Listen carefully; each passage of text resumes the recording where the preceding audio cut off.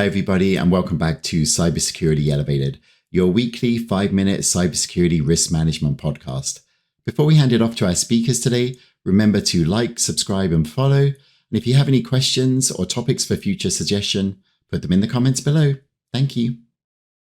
Hi, everybody, and welcome to Cybersecurity Elevated. This is C1 Risk Vlog for everything you need to know about information security. We're here today with our two favorite Lilies, and I'm going to let them introduce themselves. My name is Stuart Canning. I'm your host today, but I'm going to hand it over to Lily Yeoh now.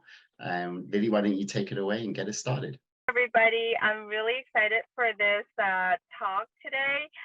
We have a guest on this call, Lily Fetterer, who I used to work with as a colleague back in the early eBay days. And so I'm very excited for us to have some advanced conversation about risk management. So I'm the CEO of C1 Risk, and we're a GRC platform and solution provider. Today the topic is going to be about merger and acquisitions and risk around those activities. So Lily, why don't you give everyone a background about, the work that you've done, and, let's shine some light on M&A risk, what those top risks are. So hi, everyone. My name is Lily Fetterer, and I've been working in the audit technology field for around 25 years. And so I've been the auditor, I've been the auditee, I've had to work with customers to customize, their different risk assessments. I've had to actually build them from scratch for companies, worked on mergers and acquisitions. And a big component of that has just been kind of like trying to deal with the information technology side. So how about I kind of start with that?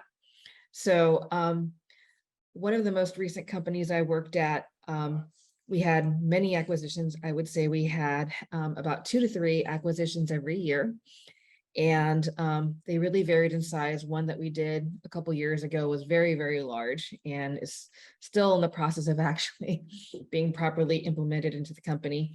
But I would say that the systems and how you want to integrate them is probably, one of the higher risks that I would focus on as an IT auditor and specialist, right? You have all these systems and you just need to make sure that the right data is being integrated and it's being captured in whatever ERP system you're using. In the case I'm referring to, it was Oracle. And, it's not just, thinking about like, IT transactions. I mean, you need to think about it in a bigger scope where there's, there's customer data, there's historic data, and then there's also, just understanding what you're going to need to properly capture the revenue properly, as well as the cost. And another thing that I think was kind of big was also supply chain, right? There are a lot of different supply chain systems as well that you have to consider. And, these are all things that I think make it more complex than what most people think, right? Some people are just like, I just need the money to go over, right? And, then I'm done. But when you really think about it holistically and you figure that there's so many systems that have to happen, because you want for the customer, you want them after this acquisition, you don't want them to feel like, oh my God, it's so much worse now. You want it to be like, hey, business as usual, or it's actually better. And, the only way you can do that is by making sure you properly do that. I'd also say that, like, obviously intellectual property is a huge thing. I mean, that's part of the whole acquisition. And then again, customer data and what you deal with privacy laws and how that will be factored into the deal. It's kind of been one where in some cases, we may have been a competitor buying company. So we have to just make sure that we have the right rights established for what we are going to do with that data and what remains private to them and what we can actually do and when that line in the sand can be drawn. Another piece, just obviously, taking account beginning balances.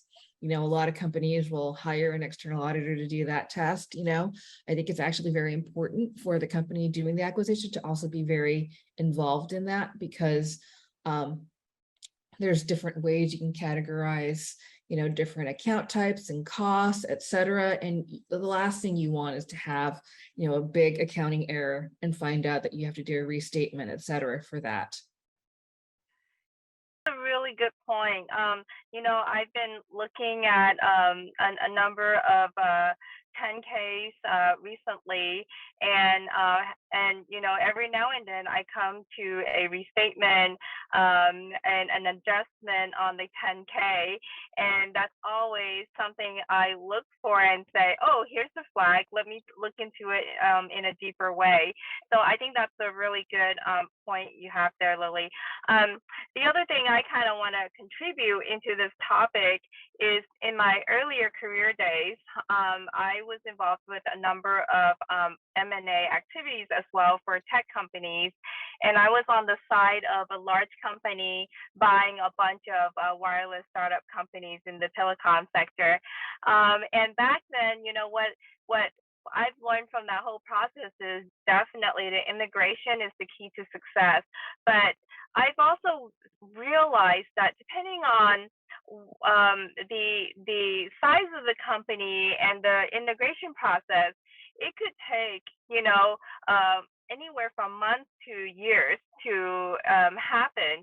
A fully integrated culture at the end may take 2 to 3 years to achieve, but from a technology perspective, I think that it's really important to align that timeline with, the objective of the M&A activity in the first place. And I think you talked a lot about preserving intellectual properties. And I think that, there's definitely a roadmap to this integration plan, right? Not only about how you preserve intellectual property, but also the integration plan. When you start looking at integrating data at the data level, they may not always, transfer from a one-to-one perspective. There's a lot of data transformation going on, ETL services going on. When you're decommissioning systems and spinning up something new, it's a project of itself. So I just think that from a realistic, a risk, when you're trying to predict or look for pitfalls, I think you need to kind of really understand the bigger strategy scope as well as all the micro ones, because it does matter, and it may take different time frames. I think you made a very, very valid point. You have some companies that have international business and others that do not. And again, you need to take into account the different kinds of measurements, like you said, kind of normalizing the data so that it can actually be truly comparable.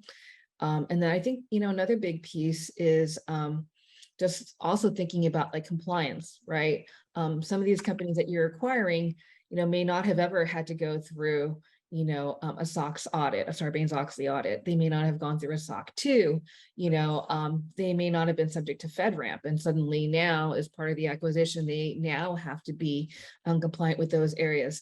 And if they have had those things, what kind of findings have they had, and how far along are they with the remediation? So you're right. That piece is also very, very important. I think, people need to strategize and really think about, what's the best way to tackle that, and, kind of the prioritization of it compared to all the different activities that you have to do as part of the M&A deal, right? Absolutely. I think you're just talking a lot about the governance side of things, the strategy and the planning involved in such integration process that are post M&A work.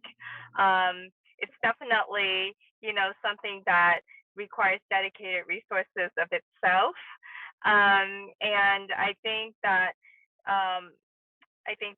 the amount of integration points really requires people who have experience doing this before, because like you said, it's not as simple as acquiring and just giving them all these SOX controls or all these pre-existing controls. It's almost like, walking into a pre-existing health condition, right? Like you don't know what to eat, you don't know what to, so it just doesn't happen overnight.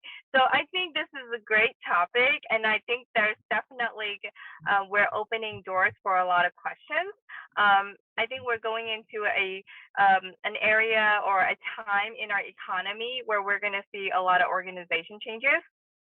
And so, I would like to get this published and invite any audience to submit questions if you have any questions, because I think we're barely just touching the surface of risk of M&A. And so, yeah, thank you so much, Lily, to share your wisdom in this. And I really look forward to working with you.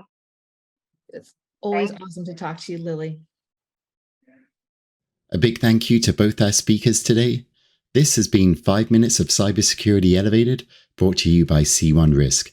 C1 Risk is a SaaS full suite automated GRC platform for all your integrated governance, risk and compliance needs. Continuous security begins with C1 Risk. Remember to put your topics and questions in the comments below, subscribe and follow, and come visit us at c1risk.com. Have a good day.